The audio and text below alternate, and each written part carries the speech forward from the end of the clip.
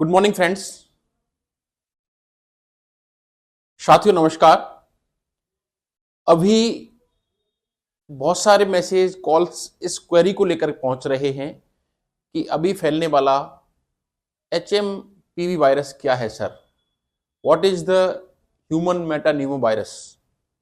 Specially social media, news और TV की खबरों को देख करके साथ ही दोस्त मित्र और पेशेंट्स बहुत सारे लोगों के अंदर क्वेरियां हैं। इस वीडियो के अंदर इस वायरस के बारे में सभी जो क्वेरी हैं उनको एक्सप्लेन करने की कोशिश करूंगा। ध्यान रखें, ध्यान से सुने। नमस्कार। सबसे पहले मैं बात करता हूं क्या है ये बीमारी। साहब चाइना में ऐसा हो गया, चाइना में ऐसा हो गया, इंडिया के अंदर भी इसके केस आ गए, इसको लेकर लोग पैनिक हैं। मैं पहले कहूंगा कि एक वायरल डिजीज है। यानी क्या है ये वायरस। वायरस हिंदी में इसको हम विषाणु कहते हैं। वायरस का दिमाग में आते ही लोग डर जाते हैं। कुछ समय पहले ही हमने एक महामारी को देखा है जो कि कोविड की महामारी थी। किस तरह से कोविड के अंदर हम बेचैन रहे, चाहे लॉकडाउन को देखा हमने, बहुत सारी समस्याओं को देखा, तो लोगों के अंदर एक भयावह स्थिति बन जाती है। तो पहले कहूंगा कि कोविड की तरह यह वायरस है, लेकिन कोविड से इसको कंपेयर न करें। बिल्कुल वायरल डिजीज है। ह्यूमन न्यूमोविरिडी फैमिली का ये वायरस है, ह्यूमन मेटान्यूमो वायरस। ऐसा वायरस नया नहीं है। ये वायरस हमारी बॉडी के अंदर ऑलरेडी हर साल रहता है और लगभग 50-60 साल से इसके बारे में नॉन है। इंडिया के अंदर भी 2000 के अंदर, एक के अंदर 13 के अंदर कई सारे स्टडी और केस हमें मिले हैं। अभी जो सर्च है कि खबरें इस तरह की हैं कि चाइना के अंदर ह्यूमन मेटान्यूमो वायरस के पेशेंट्स बहुत मिल रहे हैं। वहां की वास्तविक स्थिति क्या है, ऐसा कोई official guidelines government of China की तरफ से नहीं है, बट कुछ खबरें मित्र दोस्त चिकित्सकों के माध्यम से जो है उसके हिसाब से हम बात करते हैं। हमारा प्रश्न है कि सबसे पहले क्या है, एक वायरल बीमारी है, वायरस न्यूमोविरिडी फैमिली का है, जो कॉमनली किस लक्षण से प्रेजेंट करता है। यहां प्रश्न रहेगा कौन कौन से लक्षण होते हैं।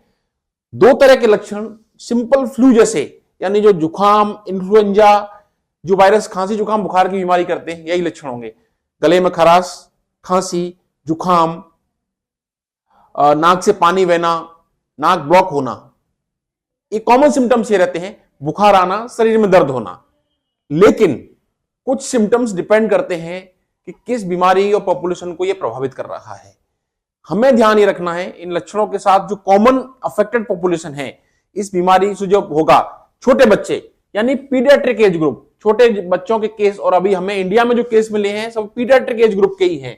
ऐसे बच्चे जिनकी उम्र 2 साल से अधिक है, और 2 साल में भी जो लेस देन 6 मंथ से छोटे बच्चे हैं उनके अंदर नंबर 1 पीडियाट्रिक। दूसरी जीरियाट्रिक, ऐसे लोग जिनकी उम्र 60 या 70 साल से अधिक है, 60 साल से अधिक है, साथ में उनको कोई एसोसिएटेड इम्यूनिटी वाली बीमारी है, लाइक सांस की तकलीफ है, अस्थमा की बीमारी है, किडनी की, डायबिटीज की या कैंसर जैसी बीमारियों के अंदर दवाइयां ले रहे हैं, ऐसे लोग ज्यादा रिस्क पर हैं।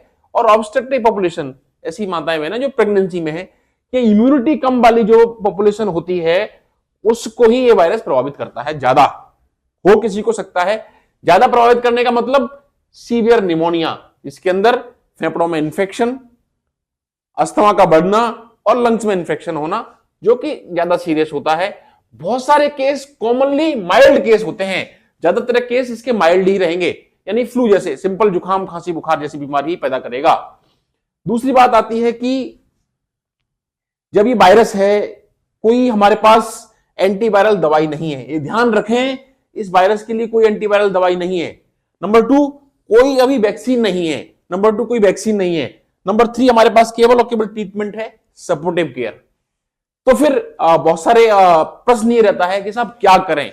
यहां यही इंपॉर्टेंट विषय है, इस वायरस से हम क्या करें, क्या चिकित्सा करें, क्या गाइडलाइंस हैं। Indian council of medical research, ICMR, government of India, government of Rajasthan, health ministers, यहां यही जारी गाइडलाइंस ये हैं। सबसे पहले पैनिक ना हो। जिन लोगों को इस तरह की दिक्कत है उन्हें तुरंत चिकित्सक से सलाह लें। नंबर 2, तीसरी चीज, हमें बीमारी की रोकथाम पर ध्यान देना है, यानी कि हैंड वॉशिंग और यूज ऑफ मास्क, इसको हमें ध्यान रखना है।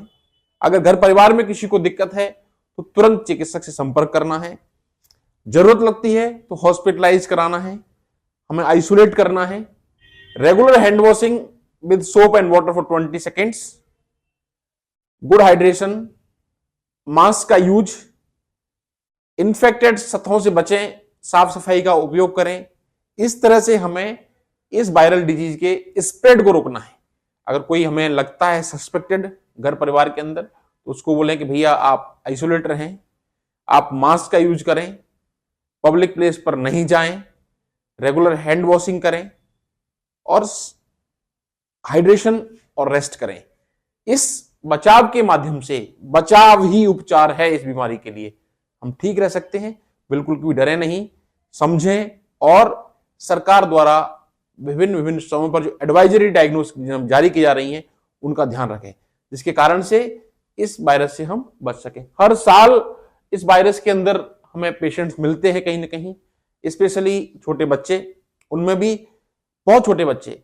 साहब बहुत छोटे बच्चों में क्यों ज्यादा केस मिल रहे हैं? क्योंकि वो अभी दुनिया के अंदर नए हैं, उनकी बॉडी के अंदर इम्यूनोजेनेसिटी या नेब इम्यूनिटी है, तो कोई भी कीटाणु इनको प्रभावित कर रहा है।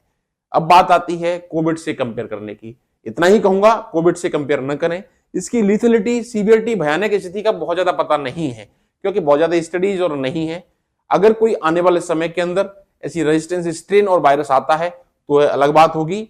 इसलिए बचाव रखें, ध्यान रखें, सावधान सतर्क रहें और जो बीमारी को फैलने के तरीके हैं उनको रोकें, रोकथाम करें, मास्क और इस तरह की चीजों का ध्यान रखें, तो हम इस बीमारी से लड़ पाएंगे। सरकार की गाइडलाइंस और जारी गाइडलाइंस का पालन करें, चिकित्सकों के संपर्क में रहें। धन्यवाद। मैं आपके साथ doctor Ramkesh Parmar, consultant internal medicine, Jaipur, Rajasthan. नमस्ते।